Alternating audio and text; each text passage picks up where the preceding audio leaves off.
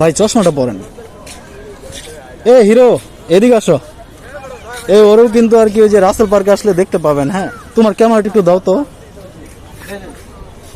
ভাই। আপনি কি করবেন মানে পকেট একটা হাত দিয়ে আর কি না, ক্যামেরাটা এই পাশে রাখেন, এই হাতে রাখবেন, পকেটে হাত দেন, ক্যামেরাটা উপরের দিকে রাখেন, আমার দিকে তাকান, আমার দিকে আর একটু চাপান, ক্যামেরাটা একটু এদিকে চাপান। হা ক্যামেরা মনে ওরকম ভাবে ধরেন নাই তো, মাথাটা একটু এমন করেন, আমার দিকে তাকাইবেন ভাই, একটু উপরের দিকে তুলেন, একটু পাশ করেন, একটু পাশাপাশি নেন, ক্যামেরা অ্যাঙ্গেলটা একটু ঘোরান। এই তো সুন্দর, এখন আমার দিকে তাকাইবেন। হ্যাঁ সুন্দর, 100 মানে ক্যামেরা ওজনটা অনেক বেশি তো, যার কারণে কষ্ট হয়ে যায় ধরতে।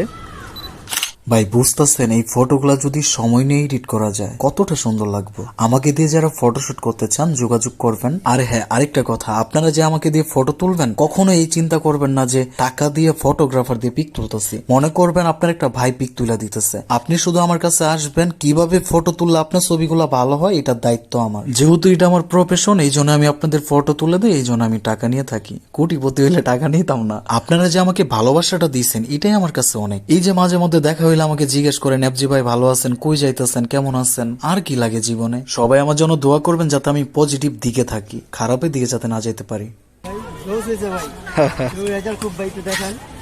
খুবই রেজাল্ট আসলে শামীম ভাইয়ের ফটোগ্রাফি দুর্দান্ত হয়, যা বলার বাইরে।